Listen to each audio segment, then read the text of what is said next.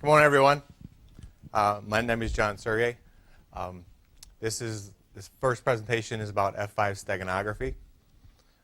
Anybody here know what steganography is? Anybody familiar with it? Anybody not familiar with it? Maybe this will be a little bit new to them. Steganography, briefly, comes from the Greek word steganos, which means hidden. Graphy, of course, is writing. So here we got the steganography, which is basically hidden writing. It's been around for quite a long time. It goes back to the old Greeks when they used to tattoo messages on the back of people's heads, and the hair would grow back, and the person would go somewhere else, and the person receiving the message would know how to extract that message by shaving the guy's head and reading the whatever message it was. Therefore, the hidden writing. You don't know. It's actually being hidden in plain sight. We got a couple more people coming in here. Well,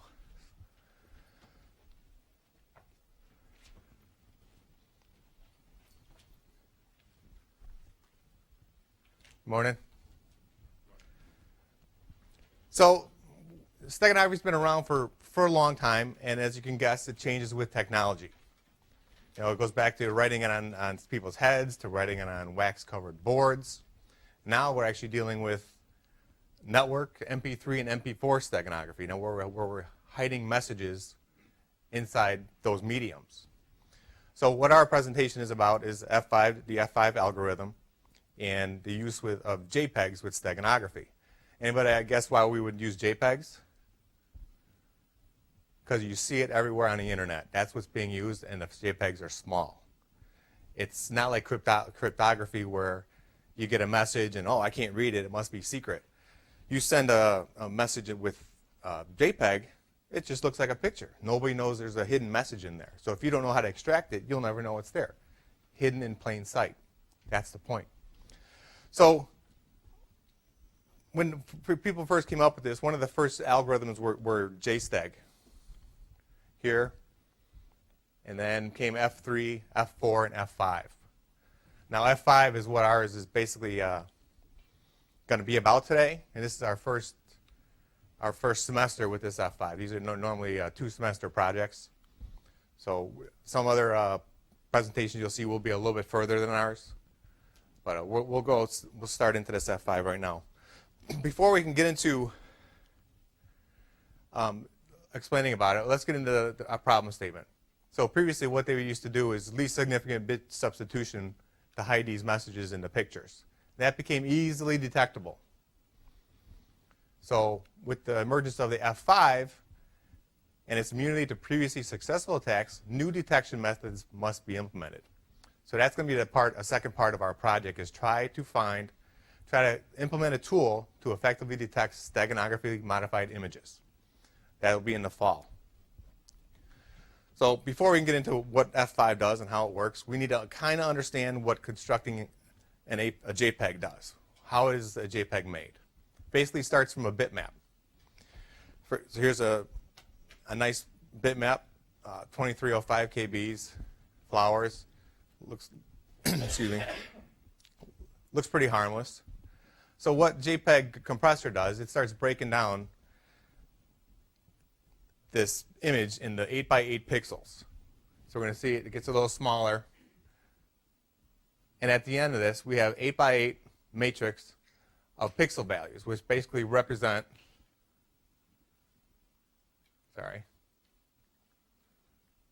right here. So obviously the scale isn't correct there. It's a little higher resolution picture there, but you get the gist. Every one of those values is a pixel, and it's broken up into 8x8 matrix of those pixels.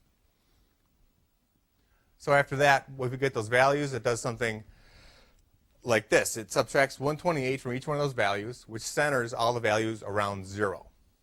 It makes it a little bit simpler, so everything's around 0. You can do the math. Everything's minus 128, and you get these values. The next thing it's going to do with these values is do something called the DCT, which is the discrete cosine transformation. I don't understand this math, and I'm not going to lie to say I do. Maybe some people here do. I look at this. It's really nice, but I just don't completely understand what it's doing. But after this nice formula here, we get values such as this.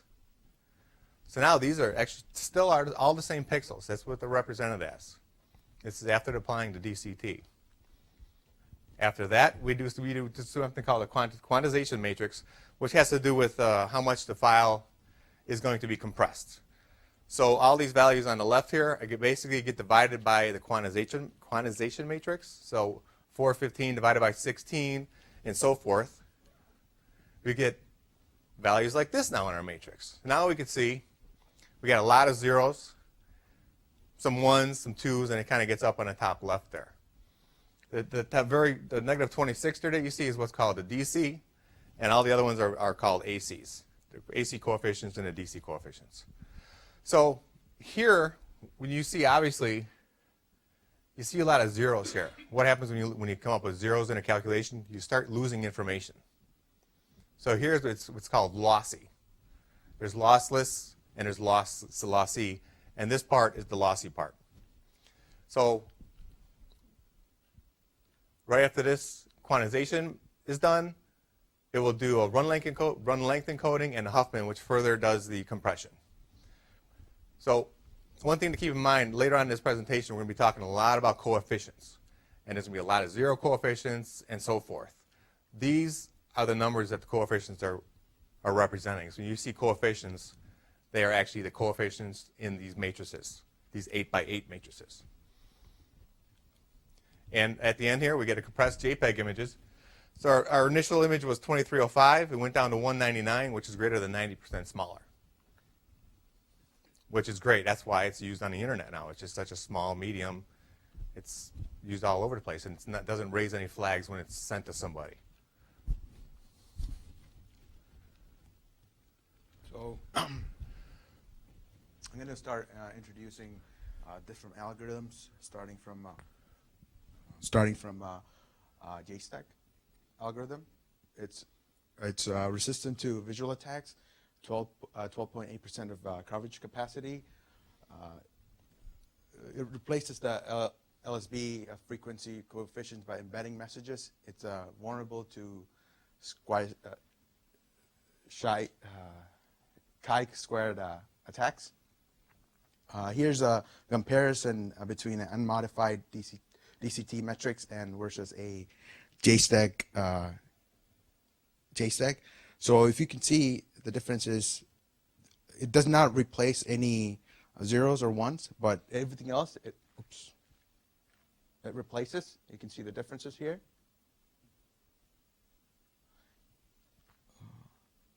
And here's the histogram. We're going to compare the histograms after using JSTAG versus unmodified. You can see the anomaly here. Oops. Right there.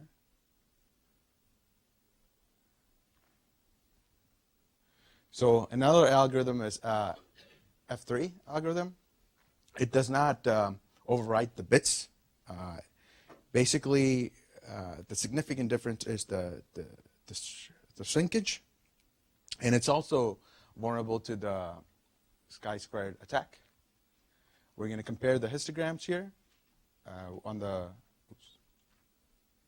Here we have an unmodified histogram versus here we use F3 algorithm, and you can see the difference here.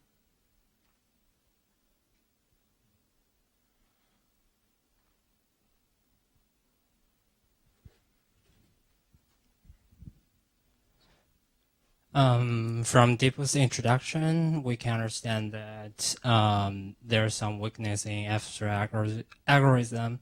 As the first thing is when we try to use in F3, we are effectively embedding more zeros than ones. So as a result, we will find the histogram like the F3 of there. And there's something more, and there's another weakness that F3 bring to us as the stack analysis. Analysts find that in F3, and there are more odd coefficients than the even coefficient. So F3 is developed to remove those weakness by using mapping negative coefficients to the steganographic value. In this histogram, we can find that F4 have a very good histogram, which is resistant to the statistic attacks, as it will put the even coefficients represent steganographic value as in 1, negative as in 0, and even positive values stack as in stack 0, and are positive as in stack 1. The F4 embedding algorithm has two rules. The first one is it chooses how you're gonna use the least significant bit for each coefficient. For positive values, it will use the same value in binary, as 1 is equal to 1 and 0 is to 0. But for the negative values, it will use the opposite value. The second rule is it will always skip zeros and make adjustments to the coefficients. When we made the positive values, we will make a decrement to the coefficient, and if we made the negative coefficient, will increase. Here I'm going to use some common values from 5 to negative 5 to introduce how it works. As we can say that for positive values, the odd value always have the least significant bit as in 1, and even value is in 0. But for the negative values, it will use the opposite. Then after then we are thinking about embedding the binary value of 0 or 1 into that coefficient. If the least significant bit is equal to the message you are trying to embedding, it will keep the same. But if it is not, for positive value, it will decrease by 1. And there's a very important thing is, as we always skip zeros, if we make 1 and decrease to 0, we will make the changes, but nothing will embedding into that. From this chart, we can see that for the values from negative 5 to 5, there's many possibilities for the embedding. Here's a detailed thing about how to embedding 0, 1, 1, 1, 0 into 11 coefficient. And by using the F4 embedding algorithm, we will make the original coefficients into 4, 0, 1, 3, 0, 0, negative 2, 0, 0, negative 3, which are 5 coefficients are changed.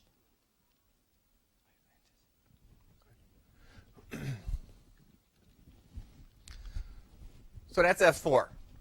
Okay. The next thing after F4 came F5, and F5 saw a couple of improvements over F4. One of those improvements is what's called permutative straddling.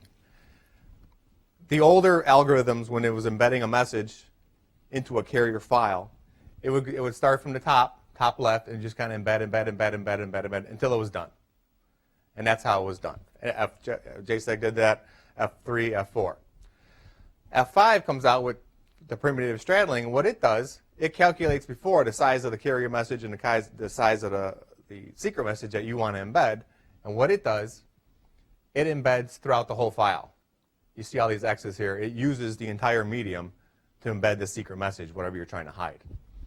So you get less change density in these areas. You see in the older ones, you get more of a change density up on top, and it's going to be easily detectable that way if you're really looking at it. Another thing that F5 brought to the table was something called matrix encoding. So with matrix encoding, the cover image that you're trying to hide into is broken up into cells of 3 bits, 3-bit cells. This gets into a little bit math. We're not going to get into too much, but for example, the cover message is 101. That's what we're trying to embed into. So what this is going to do, it does what's called an exclusive OR. Anybody familiar with an exclusive OR? Anything to do with the math, Java, or anything like that? So it does an exclusive OR calculation. It does it on A and C and B and C. So by this on the bottom here, it gives you the little table here what all the binary values are. So if you take A and C, so A XOR C would be 1 to 1 is a 0. So A XOR C goes to 1 to this first one, and it's a 0. And the B XOR C, that calculation is 0 and 1. If you look at the table here, that becomes 1 when you do the binary calculation there. So now we have a 0 and 1, which is our cover. That's what the value is. So now say we want to embed something into that. It's still using the 3-bit cells. So let's say we want to embed a 1, 1. This is the secret message that we're embedding. These are the bits from that. If we want to embed a 1, 1, what are we going to have to change? We're going to change just bit A. Okay? By changing bit A, all we're changing is the first number here in this 2. Okay? So 0 is going to change to 1. 0 will change to 1. So we're going to change by just changing bit A. So say we want to embed a 1 and a 0. The other way. What do we got to change? Change bit C. Changing bit C will affect both of them. Right? We're going to change from a 0 to 1 to a 1, 0. So essentially, we've got to change both values. So by changing bit C, we effectively change both values. So if we want to embed a 0 and 1, what do we have to change? Anybody? Nothing. Exactly. Change bit? Nothing. It stays the same. And if we want to go to a 0, 0, if that's our embedded message, what do we change? We change bit B, just the middle one, because it will not affect the A and C. So what does this do? When we want to make a change, any change that we make in each one of the cells is only going to be changed 33% of it at any time. Right? It's only going to change. You don't have to change 2 cells. Or just change one, flip 1 bit, and you control what the values are. So with this, increases the overall embedding efficiency and decreases the number of changes required. So 25% of the time when you're trying to embed something into a file, you do not need to make any changes. No changes required. So for example, quickly, if we embed a very short message comprising of only 217 bytes, which is 1736 bits, F4 changes 1157 places. Okay? It's a lot. Now F5, doing the same message in the same file, will use only 459 changes. That's huge. That's our embedding efficiency. So, seeing the F4 and F5 histograms are the same, we can't tell by doing any kind of statistical attacks if there's something embedded into it. It doesn't change the histogram here. Just as F4 it is, F5, they're the same. They maintain the characteristic properties of the unmodified image.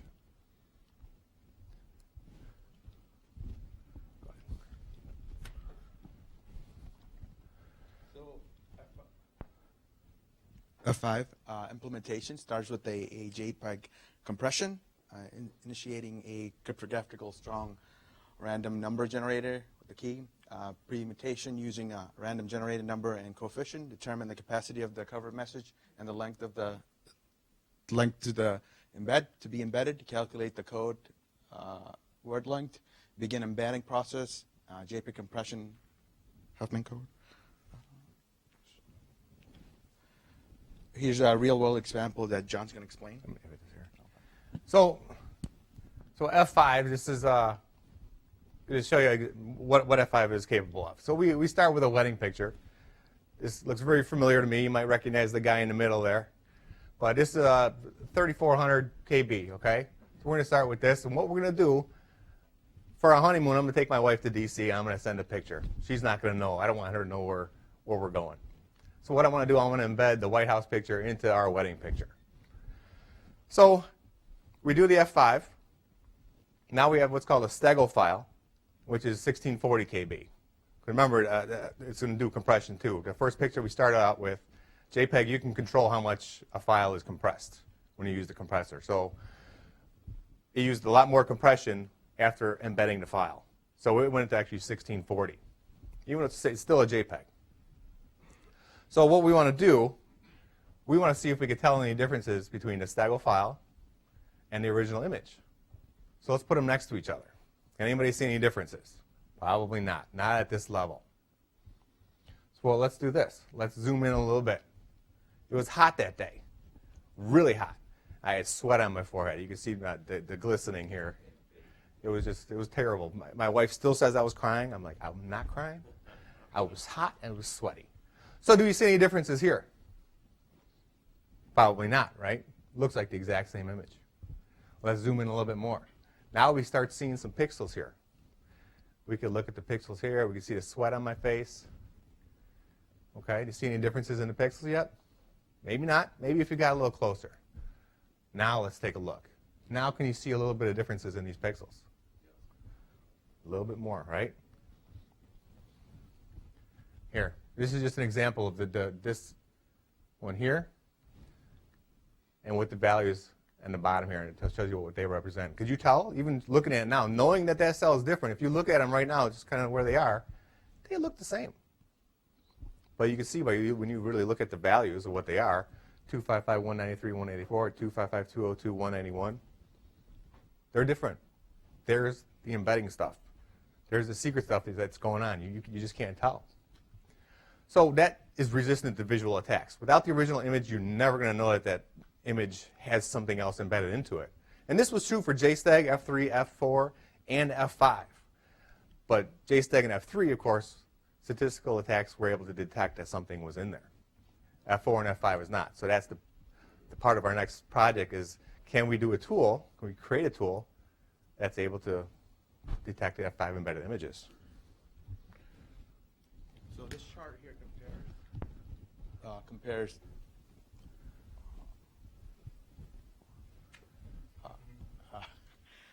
the four algorithms we talked about this morning, and point out the ones that stand out as like the abnormal histograms for JSTAG. F5 is vulnerable to like shrinkage.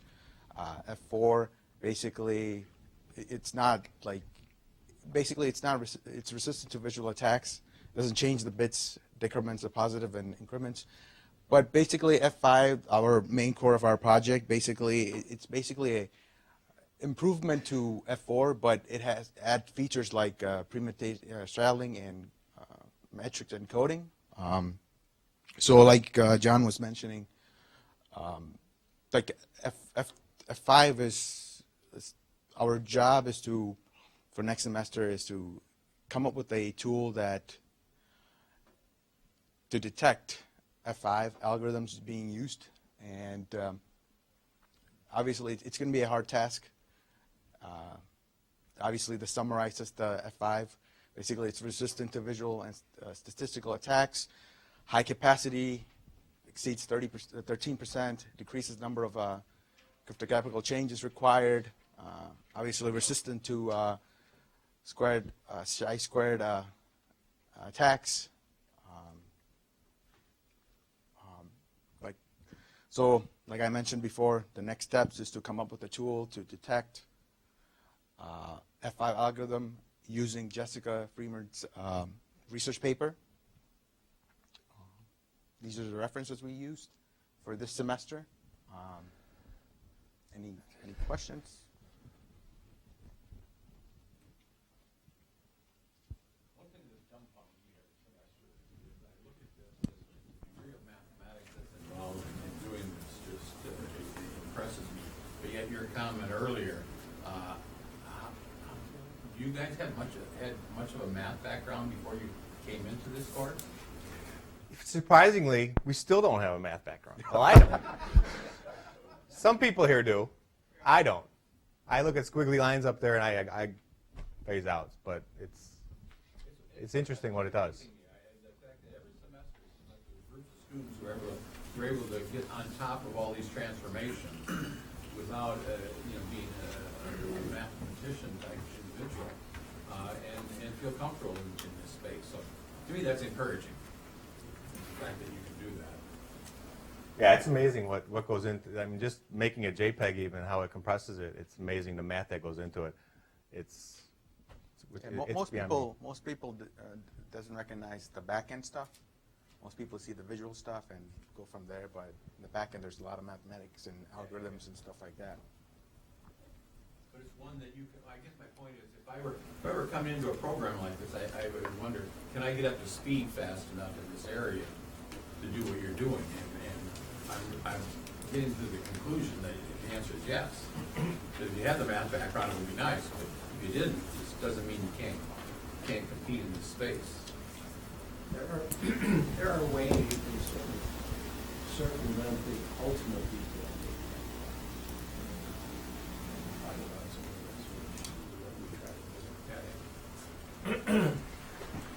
I guess my question is, have you defined your approach?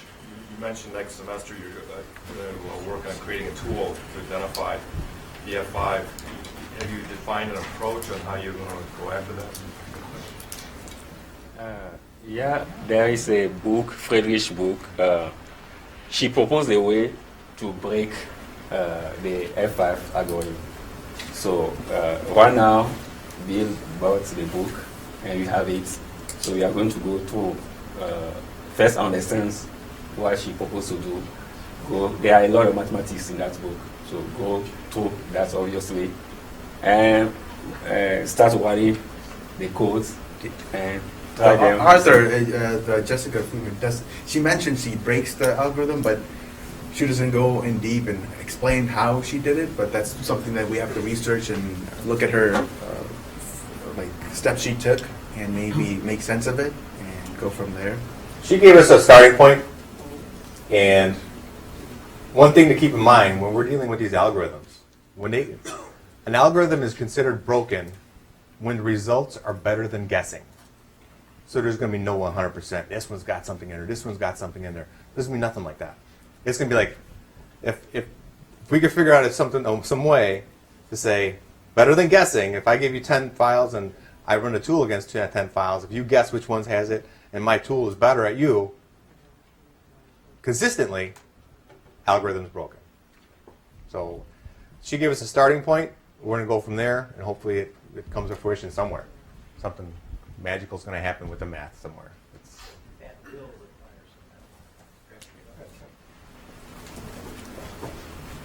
Right? I've got a little bit actually of a photography background, so I'm trying to figure out how you would detect a change in a pixel without knowing what the original pixel was.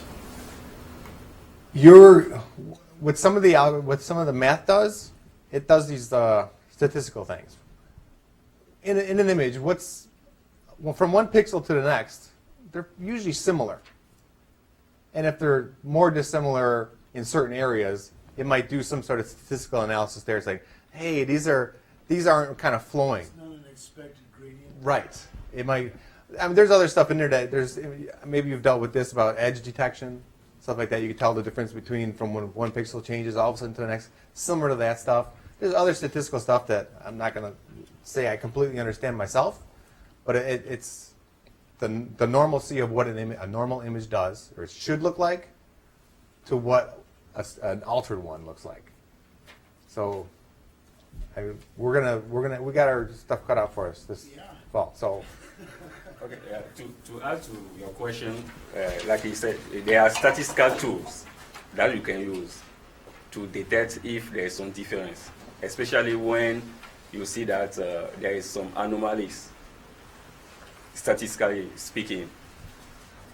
So that is just for F3. F4 doesn't show any statistical anomaly, so it will be difficult to detect using those algorithm attacks.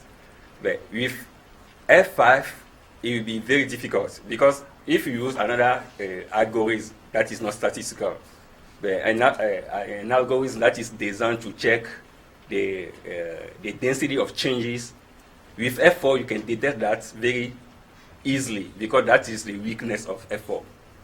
because the changes are very concentrated at the top of the image, and the bottom of the image, the capacity is unused. So if you use an algorithm that is designed this way, it can break F4. But F5 doesn't have this this weakness. That's the strength of F5. So to answer your question, if you use F5 algorithms to embed a secret message, it will be very hard to see the difference between those pixels. Given that JPEG's already pretty noisy just Yeah. as it is, that makes your life even more difficult because there's not going to be a smooth gradient anywhere in there after it's been compressed. So that would make it a little even Yeah, it will be difficult using F5 because even F5 reduces the number of changes. In fact, what is the thing? When you embed a message into an image, you just bring changes within the image. That's all it is. Because you bring changes, that's why people understand that there's something there. So how does the person receiving that image know how to get the changed image, get the actual data out of it? Yeah, so extraction point, they have to use the same tool the origin came from, and also the password. Okay. So it's So pointed there's out. like a key for that. Yeah, exactly. And then that runs them through that. That permutative straddling, that actually uses the password also to where it's going to put all these files. Or make all the changes. So if you don't have, you need to write the same tool that embedded it, and you need that same password to know where everything is, and then it'll extract it. And it works great. Yes? Is there some sort of guidelines or ratio of how big of the file size of the original file and then the image or document or whatever or text that you want to embed is to help avoid detection or lossy quality of the original picture of the Steganography, the output file, the output picture? yeah, okay. Generally, it's around 30%, but F4, F5 has a embedded capacity greater than 13%. So when you have a cover file, tell yourself that you don't have to embed more than this ratio, because if you do, it will be easy to break it.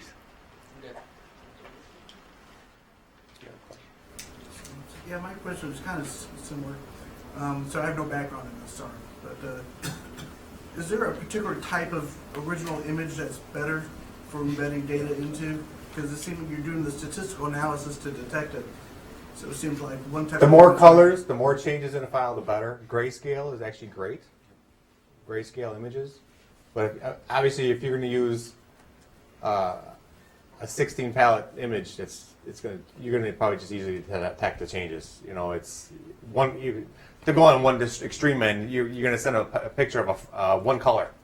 You're not going to use that. The more colors, the more busy it is, the easier it's going to be to embed it.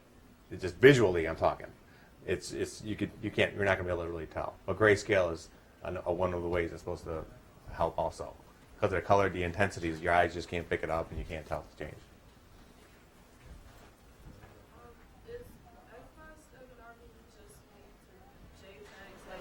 Is it possible to detect in like GIF files or PNG files, image files? Yeah, actually, it is F5 is created based on the JPEG, but if you want to modify the code, it should fit the other image files.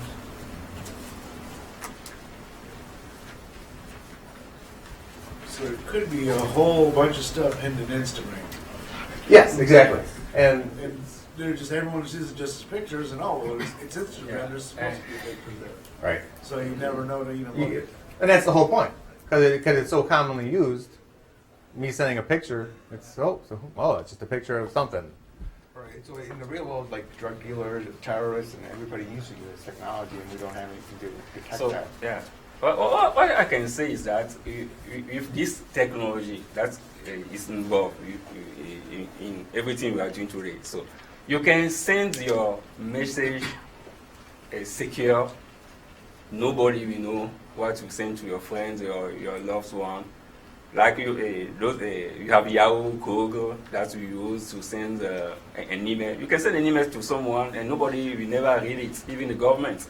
So those are the technology you can use to protect yourself. Yeah. So we have 1 minute left. Any questions? Have you researched at all? You probably haven't, but how do the feds or how does anti-terrorism task forces on the internet, how do they actually seek out Stegel, like on Instagram or Facebook or anything? Have you researched that at all? I'm just From curious. what I understand, they're actually trying to. They know it's being used. FBI is going to be here today or tomorrow. Today they'll be here, so you might want to ask them. They'll be, they're not going to. Yeah, I'm just curious if any of you researched. They're not going to be like, so this is what we're doing. This is what we're. They're just, hey, it's the FBI. But I think doing like forensic on let's say we confiscated a laptop or a hard drive and doing forensics, and I'm pretty sure they might have the original picture. Let's say I'm on my laptop, have a picture, encoding something in there, sending it off. It could trail back doing forensic analysis in there, and they can see that information. Okay, what I say is that what is happening here is about the government. So there's a lot of work that can be done in this area. I come from engineering, and I never heard about it until I'm here. I say, but there's a lot of things to do here. And this area, for me personally, is exciting because there's a lot of work I can do. So. we'll be upstairs after lunch. Also, if you have any more questions, don't want to cut anybody off, but we got a couple more presentations. Obviously, they're coming in. So, thank you. Thank you.